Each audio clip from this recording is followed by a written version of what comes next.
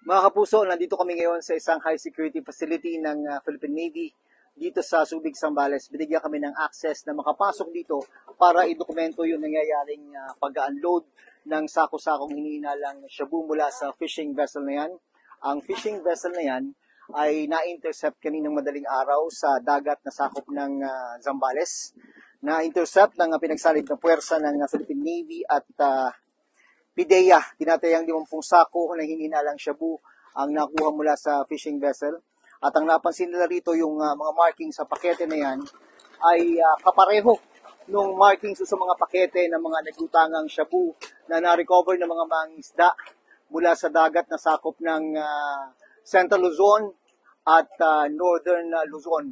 Isang foreign national ang naarestong sakay ng fishing vessel na ito. Ngayong araw na ito, sisimulan yung pag-inventaryo sa nakuhang hinihinalang shabu at inaasahang tatagal ang inventaryo na yan hanggang bukas. Ako si Jun Veneracion para sa GMA Integrated News.